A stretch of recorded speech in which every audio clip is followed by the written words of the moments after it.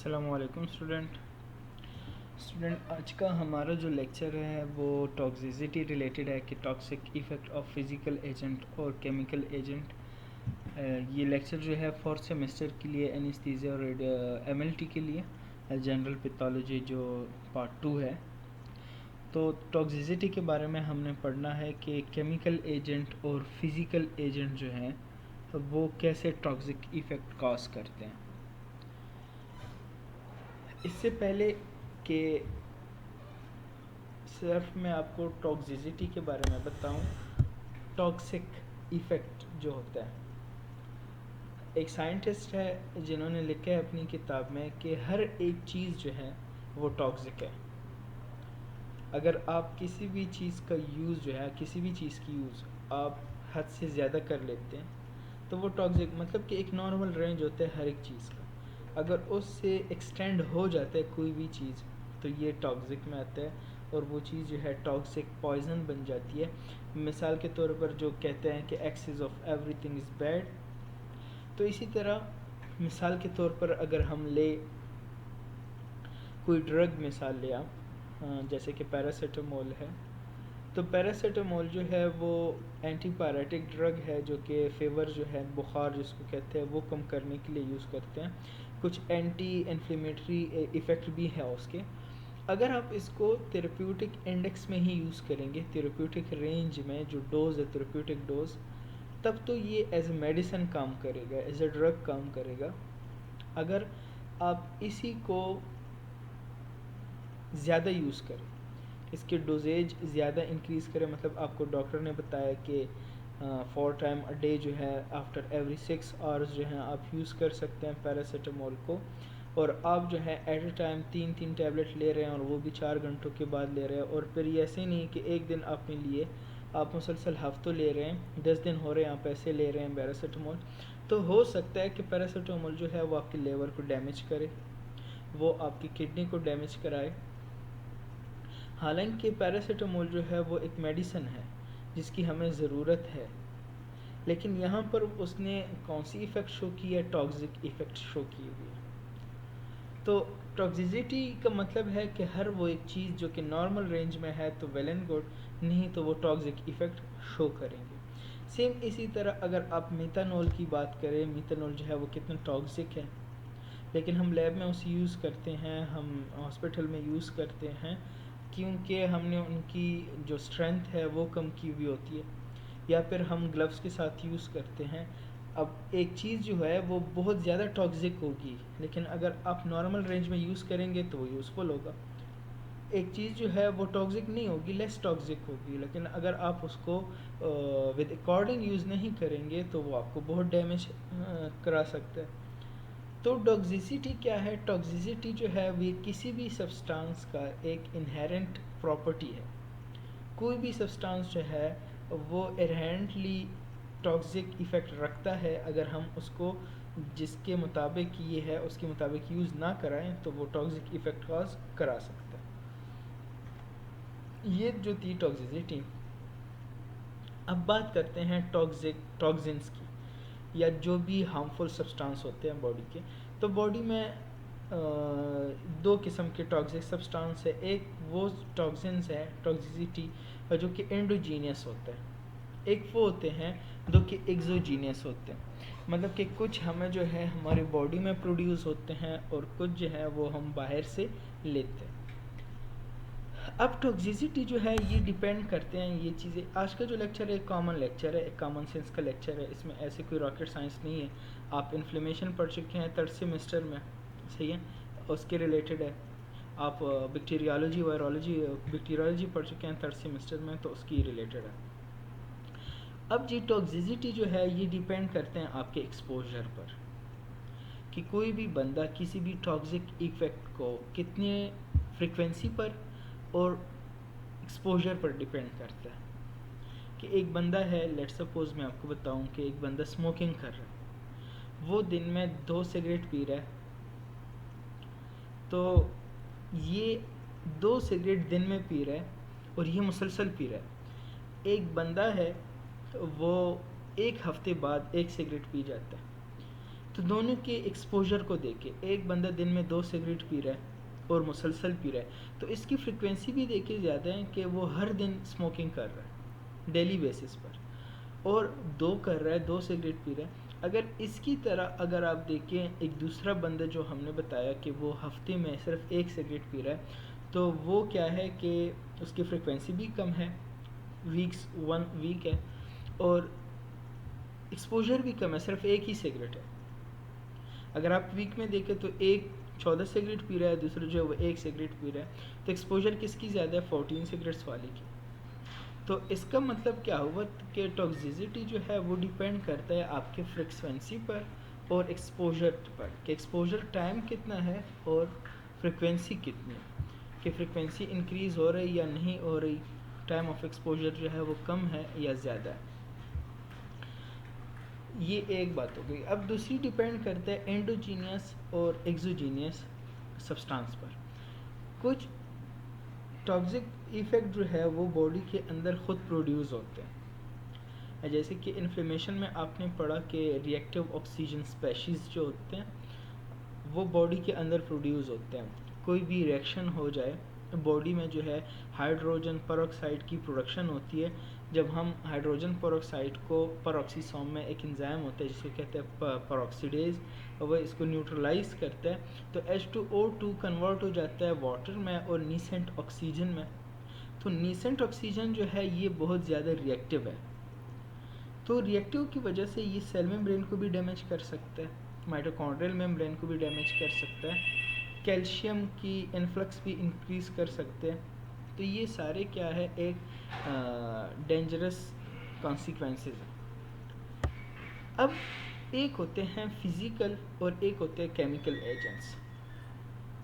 Physical agents तो आप लोगों ने पढ़े होंगे बैक्टीरियोलॉजी में कि फ़िज़िकल एजेंट्स का मतलब है रेडिएशन सबसे ज़्यादा, टेम्परेचर, प्रेशर, ऑक्सीजन सैचुरेशन। अब ये सारे क्या है, ये फ़िज़िकल एजेंट्स हैं कि टेम्परेचर ज़्यादा है या कम है, हमारे बॉडी जो है वो एक नॉर्मल टेम्परेचर में रहता है। अगर बहुत ज़्यादा टेम्परेचर जो है वो डिक्रीज़ होगा तो हमारी बॉडी क्या करेगी, टेम्परेचर इंक्रीज़ करने के लिए एनर्जी का यूज़ करेगी।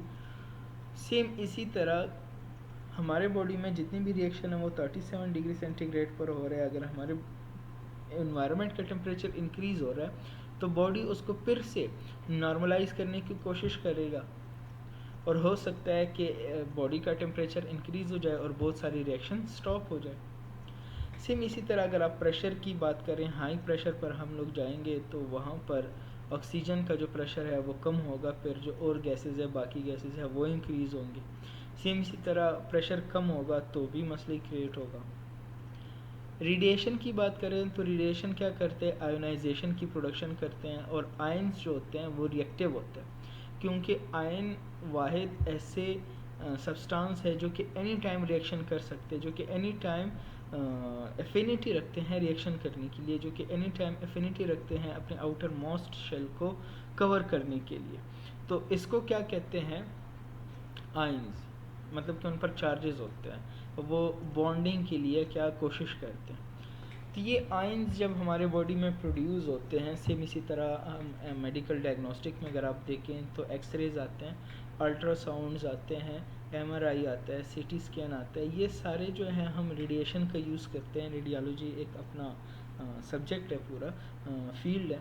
तो अगर वहाँ पर आप देखें तो इन रेडिएशन से फिर क्या होगा कि बॉडी में आयंस की प्रोडक्शन होगी, और वो आयंस जो है वो बॉडी में चेंजेस, मतलब कि हमारे सेल मेम्ब्रेन को डैमेज कर सकते हैं, माइटोकॉन्ड्रियल मेम्ब्रेन को डैमेज कर सकते हैं, ग्रेन्यूल जो है वो इंक्रीज़ करा सकते हैं। अब ये सारे क्या ही टॉक्सिसिटी इंक्रीज़ हो रही है।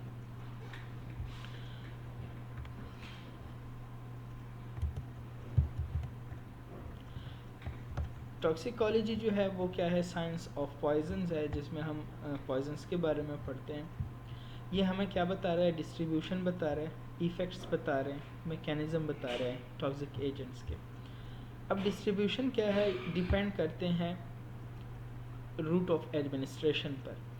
कुछ टॉक्सिक सब्सटेंस जो होते हैं वो स्किन के साथ रिलेटेड होते हैं, कुछ जो है डायरेक्टली कांटेक्ट जिसको हम कहते हैं म्यूकस मेम्ब्रेन के साथ, वो आईज कंजक्टिवा जो है इनके साथ कांटेक्ट में आते हैं। उनकी इफ़ेक्ट भी फिर सुपरफिशियली होती है, स्किन पर होती है, म्यूकस मेम्ब्रेन्स पर। इसके बाद अगर आप बात करें रूट ऑफ एडमिनिस्ट्रेशन से जीआईटी की, तो अगर कोई भी चीज़ हम इंजेस्ट कर लेते हैं तो फिर उसके इफ़ेक्ट हमारे इंटेस्टिन में आएगा, लिवर में शो होगा, किडनीज पर आएगा। अगर कोई भी चीज़ जो है वो डायरेक्ट ब्लड में मिक्स हो जाती है, ऐसे टॉक्सिक की बात करें, तो वहाँ पर जो है डायरेक्ट ब्लड जो है वो ब्लड ब्रेन रिलेटेड है और किडनी भी रिलेटेड है। तो डिस्ट्रीब्यूशन डिपेंड करता है कि रूट ऑफ एडमिनिस्ट्रेशन कौन सा है। हमने इन्हेलेशनली ली है। अब अगर आप सिगरेट स्मोकिंग को देखें कि सिगरेट स्मोकर्स में लंग कैंसर की जो फ्रिक्वेंसी है वो ज़्यादा है। अगर आप ले लें उनकी किडनी की डिजीज़ के बारे में, कि स्मोकर्स में लंग्स की बीमारियां ज़्यादा पाई जाती हैं अगर आप कंपेयर करें किडनीज रिलेटेड। तो ये क्यों? क्योंकि स्मोकिंग जो है वो टारगेट ऑर्गन के साथ रिलेटेड है, लंग्स के साथ। तो इस वजह से वो लंग को क्या कर रहा है, इफ़ेक्ट कर रहा है। तो डिस्ट्रीब्यूशन डिपेंड करता है रूट ऑफ एडमिनिस्ट्रेशन पर कि रूट ऑफ एडमिनिस्ट्रेशन कौन सा है। उसी डिस्ट्रीब्यूशन के थ्रू फिर इफ़ेक्ट भी क्या होगा, इफ़ेक्ट लोकल भी हो सकता है और इफ़ेक्ट जो है वो सिस्टेमिक भी हो सकता है। लोकल इफ़ेक्ट ये हो सकता है कि अगर म्यूकस मेम्ब्रेन एक्सपोज हो गया है तो उसी की जगह की म्यूकस मेम्ब्रेन पर इफ़ेक्ट आएगा। स्किन के साथ एक ख़ास पार्ट की अगर आप बात करें तो वहीं पर ये इफ़ेक्ट शो होगा। लेकिन अगर आप ब्लड से बात करें तो फिर वो सिस्टेमिक होगा। कोई चीज़ इंजेस्ट कर ले और इससे आपकी लेवर, जैसे कि मैंने पैरासीटामोल की आपको एग्जांपल दिया कि अगर कोई बंदा पैरासीटामोल ले रहा है और उसके इफ़ेक्ट उसके लेवर पर शो हो रहा है, तो अब ये सिस्टेमिक इफ़ेक्ट्स हैं। तीसरी जो चीज़ है वो है mechanism of action. Distribution depend करता है किस पर, रूट ऑफ एडमिनिस्ट्रेशन पर। रूट ऑफ एडमिनिस्ट्रेशन के बाद जो है इफ़ेक्ट्स भी डिपेंड करते हैं उसी पर कि इफ़ेक्ट्स सिस्टेमिक इफ़ेक्ट्स हैं या फिर लोकल इफ़ेक्ट्स हैं। मैकेनिज़्म ऑफ एक्शन पर डिपेंड करते हैं कि जो टॉक्सिक एजेंट है ये रेडिएशन की प्रोडक्शन करते हैं, रिएक्टिव ऑक्सीजन स्पेशीज़ की प्रोडक्शन करते हैं, स्वेलिंग करा रहे हैं, इन्फ्लेमेशन करा रहे हैं। टॉक्सिक एजेंट लेवर को डैमेज कर रहा है, टारगेट टिश्यू को डैमेज करा रहा है, क्या कर रहे हैं, तो इस पर डिपेंड करता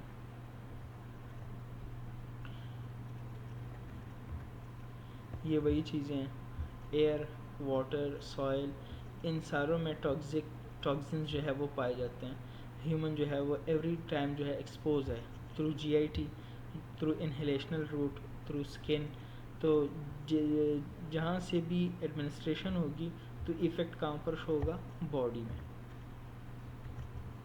अब बॉडी क्या करती हैं कि बॉडी को ख़त्म करने के लिए, अगर आप लोगों ने फार्माकोकाइनेटिक्स पढ़ी हो थर्ड सेमेस्टर में फार्माकोलॉजी में, तो वहाँ पर ड्रग्स जब मोटाबलाइज हो रहा था, मेटाबॉलिज्म ऑफ ड्रग्स में, वहाँ पर दो किस्म की रिएक्शन हो रहे थे। एक जो होते हैं उसको हम हाइड्रोलिसिस, रिडक्शन और ऑक्सीडेशन कहते हैं, फेज़ 1 रिएक्शन। दूसरी रिएक्शन को ग्लूकोरोनिडेशन, सल्फेशन जो हम कह रहे थे, मिथाइलेशन वगैरह, फेज़ 2 रिएक्शन को कहते हैं। अब ये फेज़ 2 रिएक्शन फेज़ 1 रिएक्शन होते किस लिए थे? कुछ ड्रग्स जो होते हैं वो पैरा फॉर्म में होते हैं, पैरा ड्रग्स होते हैं, प्रो ड्रग्स, उनको एक्टिवेट करना पड़ता है। जब तक वो एक्टिवेट ना हो जाए तब तक वो काम नहीं करते। और कुछ ड्रग्स जो होते हैं वो ऑलरेडी एक्टिवेटेड होते हैं तो उनको डीएक्टिवेट कराते हैं। ये है मेटाबॉलिज्म।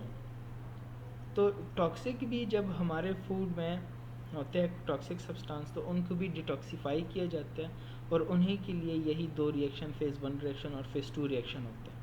कि जब भी किसी चीज़ को आप चाहें कि वो बॉडी में ही रहे, बॉडी में ही रहे, तो फिर वो उसको चाहिए कि वो लिपिड सॉल्युबल हो, क्योंकि अगर लिपिड सॉल्युबल होंगे तो वो सेल मेम्ब्रेन को क्रॉस कर सकेंगे और बॉडी में सेल में एक्युमुलेट हो सकेंगे।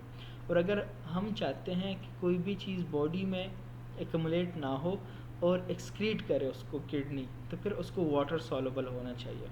तो ये जितने भी रिएक्शन है, हाइड्रोलिसिस देख के आप, ऑक्सीडेशन, रिडक्शन, कंजुगेशन, इन सब में जो है एक आयोनिक पार्ट, एक वाटर सॉल्युबल पार्ट जो है ड्रग के साथ या किसी भी टॉक्सिक सब्सटेंस के साथ अटैच किए जाते हैं और इसको हाइड्रोफिलिक बना देते हैं। जब इसकी फिल्ट्रेशन हो जाती है तो वाटर सॉल्युबल सब्सटेंस की वजह से ये वापस रीअब्जॉर्ब नहीं हो सकते, क्योंकि रीअब्जॉर्प्शन उन्हीं चीज़ों को हो सकती हैं जो कि लिपिड सॉल्युबल होंगी, जो कि सेल मेम्ब्रेन को क्रॉस कर सकेंगी, जबकि वाटर सॉल्युबल सब्सटेंस तो क्रॉस ही नहीं कर सकती।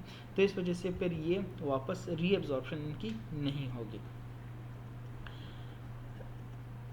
फिजियोलॉजी की बुक में ये लिखा हुआ है कि जब हम डाइट लेते हैं और एक सर्कुलेशन है जिसको कहते हैं पोर्टल सर्कुलेशन, जो कि इंटेस्टाइन से फूड को एब्जॉर्ब करती है, फिर उसके बाद इसको ट्रांसपोर्ट करती हैं लेवर में, और लेवर फिर उसको मेन सिस्टेमिक सर्कुलेशन में ड्रेनेज कर देती हैं। अब एक सर्कुलेशन जो कि इंटेस्टाइन से आती है लेवर पर, इसी सर्कुलेशन से अगर हम ब्लड सैंपल ले तो वहाँ पर ब्लड सैंपल जो है वो पॉजिटिव आ रहा था फॉर बैक्टीरिया।